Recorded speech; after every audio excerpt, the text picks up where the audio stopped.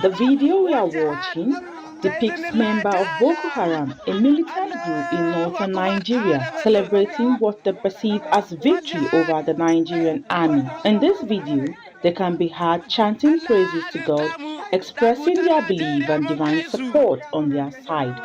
Additionally, they were proclaiming their intention to defeat the Nigerian army and the government, declaring that they will continue to triumph with God's help. There is a place amongst us today where the gravest of evils governs on its soil, where banditry and terrorism is glorified, where the cry for urgent help grows louder by the minute, and it seems that help isn't anywhere close. The ruling party is the direct sponsor of terrorism and insecurity in Nigeria. Where mothers carry their newborns in their arms one moment and are snuffed out of this world the next moment. People they have killed. There are videos of pregnant women they have killed. They shattered the pregnancy and all those things. They say nothing happened here.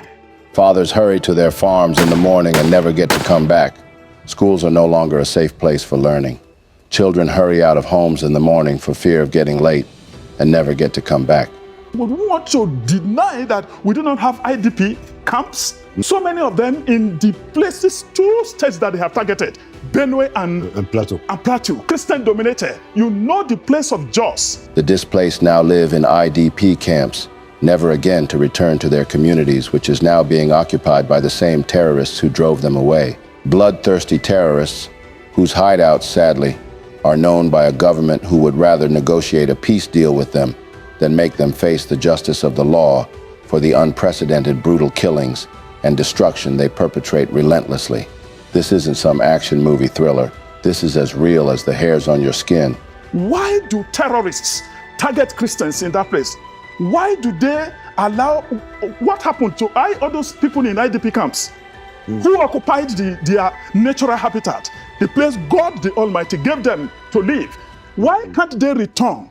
Who are the people occupying those places? Old fathers and mothers, daughters and sons can no longer find solace even in their worship centers. Churches are no longer a safe and sacred place for prayers because that is where people are being rounded up, attacked, wounded, gunned down, and kidnapped in their numbers on a daily basis by violent bandits and terrorists. Are people denying that, oh, there was no Christian, there has been no genocide on Christians? Churches, in their hundreds and thousands, burnt down, but not before the worshippers inside are being sliced with machetes, others wounded by other means dangerous, and others wasted by the AK-47 in the trigger-happy hands of these ruthless killers. Abductees are forced to denounce their religious beliefs at gunpoint or die, or forever enslaved. Where is Leah Sharibu since 2018? Of 113 captives. Like that. She was singled out because she denied her faith. Yeah, they refused to release. She refused. They wanted her to deny her faith. They refused to release her till date. One community after another is pillaged, destroyed, and looted with hundreds of people unalived in an instant. Homes rounded up and burned early mornings, with numbers of people locked up inside still sound asleep. Meetings, even under Buhari, where I asked this question more than 5 times. Where is there? They have been promising. They left her because she's a Christian. We heard that she's given birth.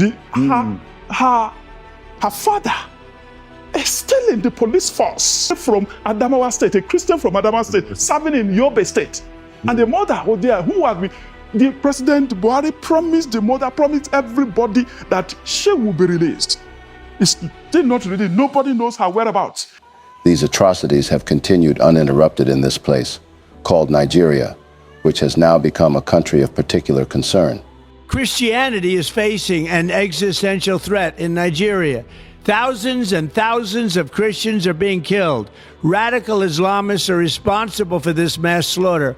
I am hereby making Nigeria a country of particular concern. That's a legal definition. When the Christians or any such group is slaughtered, like is happening in Nigeria, 3,100 versus 4,476 worldwide. What horrible numbers.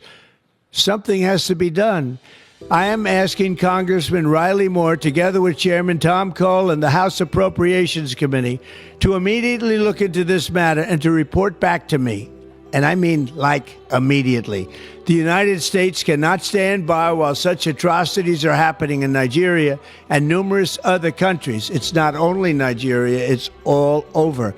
We stand ready, willing, and able to save our great Christian population around the world. This is not going to happen. The killing of Christians is not going to happen. For the second time in 5 years, Nigeria has been designated a country of particular concern by the U.S. government, in both cases by President Donald Trump. The first time was in 2020, but the designation was later removed in 2021. The October 31st, 2025 redesignation can be traced, among other factors, to a sustained advocacy campaign spearheaded by one Ezekiel Dachomo, an evangelist in Nigeria, who publicly decried what he described as the alarming and ongoing persecution of Christians across various regions in Nigeria, urging international bodies to take notice and act accordingly. America heard. Matters to Trump. I know we met in India. And what I have in hand, look at it here on ground. Special advisor to Trump. Now, please tell Trump to save our life in Nigeria. He has been building this certain peace between Israel and also Hamas. Now, his attention, I'm calling our attention to Nigeria. They are killing Christians in Nigeria. Massacre Christians. If they say they kill Muslims, Muslims are being killed. By who? By Muslims. In another account, the evangelist shares more details, showing just how serious and terrible the situation in Nigeria has become. His words help people understand the level of suffering and the harsh reality many are facing. Have conducted over 70 burials. Some of the graves have more than 501 people cleared in one night. A fact-finding mission revealed that Boko Haram was created by top government officials in Nigeria to remove Christian President Goodluck Jonathan. These Islamic extremists targeted Christians. They also caused riots and deaths in several villages in Nigeria, reducing the Christian population. In a quick response, Nigeria's President Bola Tinubu recognized that being labeled a country of particular concern could, amongst others, bring increased diplomatic pressure and affect Nigeria's international reputation. However, he swiftly refuted the claim, stating that the U.S. characterization did not reflect the country's reality or values. In short, the Nigerian denied the abounding calamity beset on its people. In an official statement, he emphasized that Nigeria remains stable and committed to protecting the rights of all its citizens. Many thanks for staying with us. We talk security now. President Bola Tinubu has rejected Nigeria's redesignation as a country of particular concern by U.S. President Donald Trump, insisting that the label misrepresents Nigeria's religious reality. In a statement posted on his official X handle on Saturday, the president said Nigeria stands firmly as a democracy governed by constitutional guarantees of religious liberty, and that the description of the country as religiously intolerant does not reflect our national reality.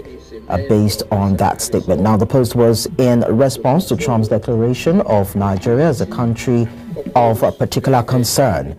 In a post on Truth Social on Friday, Trump wrote that Christianity is facing an existential threat in Nigeria. That's all a lie. That claim couldn't be further from the truth.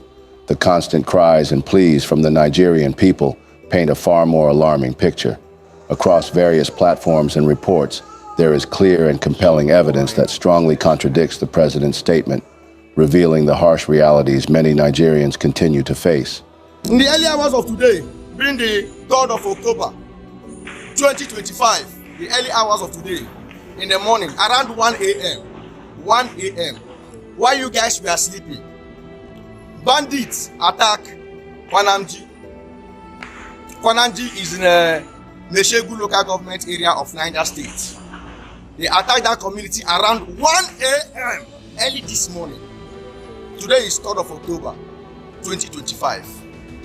They operated for 2 hours, from 1 a.m. to 3 a.m. I'm just telling you facts. No media will tell you this one.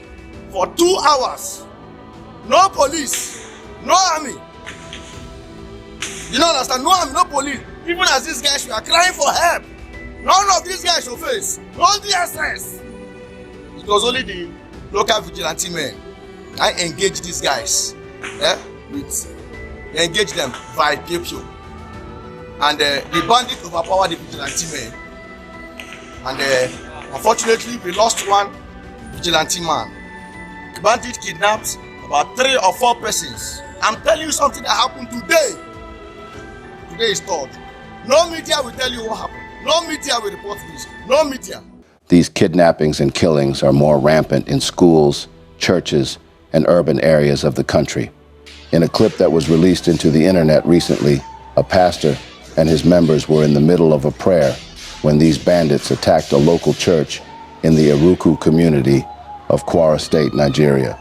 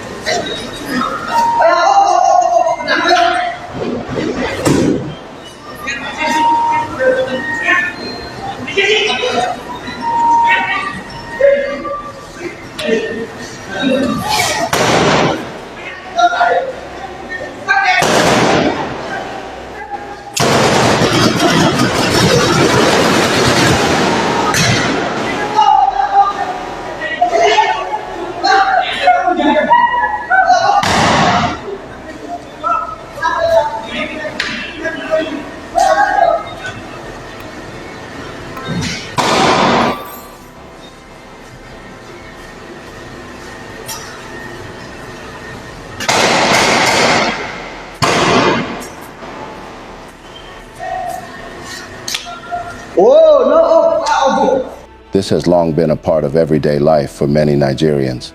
The world is only seeing how intense it is now because the church happened to be live streaming that particular Sunday. The rate of Christian genocide in Nigeria has been alarmingly high since 2009, yet the government has consistently failed to take meaningful action. Instead, it continues to make empty promises without delivering any real change. Aside from the killings in churches, schoolgirls are also constant prey to this ongoing kidnapping in Nigeria. On November 21st, bandits raided St. Mary's Catholic School for nearly 3 hours without resistance. Did you hear that? 3 hours of non-stop gunfire. 3 terrifying hours of innocent school children running in every direction, across open fields, crying, screaming, desperate for help, help that never came. And when the gunfire finally stopped, what followed was even more devastating. Over 300 students and staff were taken, vanished into the shadows with their abductors. More than 300 students and staff were taken. Around 15 managed to escape, including 17-year-old Stephen Samuel. When we come at Sukumba, I fell from my bike. I wanted to run at first, but they were watching us closely. When there was a lapse of attention, I seized the opportunity and escaped. The abducted students come from villages bordering the Kainji National Park, a remote forest where armed groups are believed to operate and exploit porous borders with Niger and Benin Republic. 2 weeks after the abduction, there is no claim of responsibility or a demand for ransom. Many Nigerians believe that this is similar to what happened in Chibok in 2014 when more than 270 schoolgirls were taken from a school in northeastern Nigeria. And they fear the longer this takes, the more likely that Chibok 2014 will repeat itself. Despite all this, the government continues to deny that the nation is in crisis. It consistently rejects external aid, driven by selfish interests, all at the expense of its own people's lives and safety. The pain, fear, and trauma those children and their families endure are made even worse by a system that refuses to protect them. A government that turns a blind eye to such suffering is not just negligent, it is complicit. This is the agony of a mother left without answers. 2 of Monica Ishaku's daughters are among the missing, and she says the silence is unbearable. We are robbed of peace. When we remember our kids, we don't eat, sleep, or do anything properly. We don't know whether they are dead or alive, whether they are eating or not. St. Mary's Catholic School, Papiri, Niger State, Nigeria, is not the only school that has fallen prey to this rampant kidnapping in the country. Schools like Government Girls Comprehensive Secondary School are also prey to this kidnap attack. On November 17, 2025, 25 schoolgirls were abducted in Kebbi State, located in northern Nigeria. During the attack, a school guard and the vice principal were also killed. The unfortunate thing has already happened. They have abducted our children. So there's been another school abduction in Nigeria. It happened in Kebbi in Nigeria's northwest. And so far, this is what we know. On Monday morning, gunmen stormed Government Girls Comprehensive Secondary School, about 274 kilometers from the city capital, abducted 25 students and killed 2 school officials. 2 of the abducted girls have escaped, but 23 others are still in captivity. The BBC has been speaking with some of the affected parents.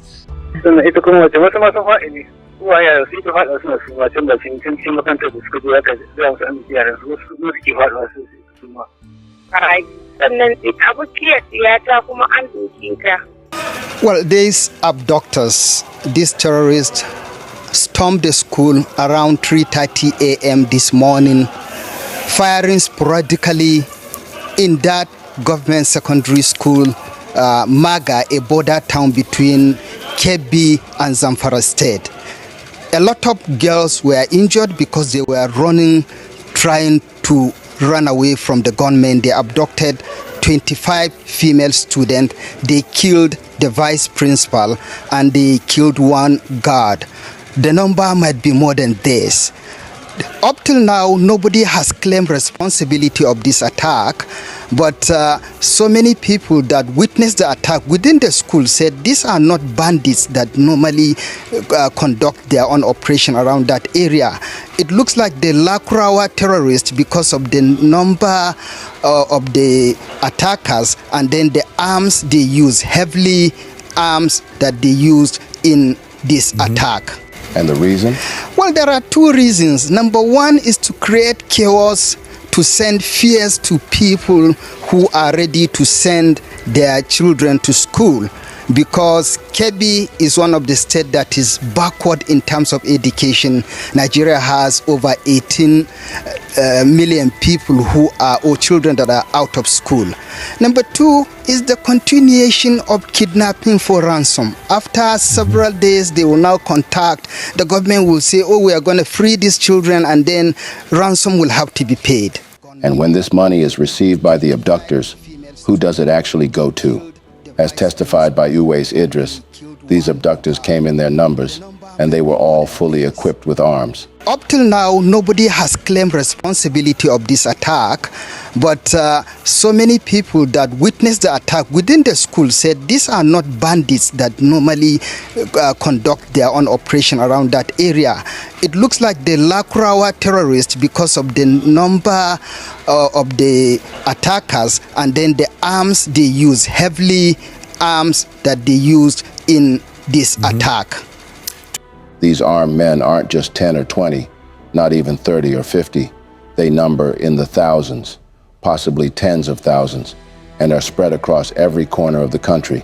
They move freely, heavily armed, and many believe they operate with protection or backing from powerful figures within the system.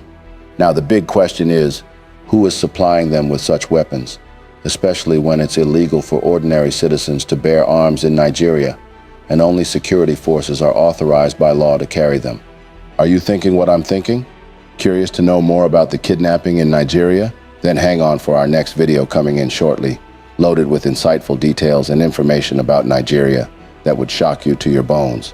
Then look into our next video, and don't forget to like, share, to keep spreading awareness, and subscribe to stay tuned into the channel for more incoming updates. Thanks for watching.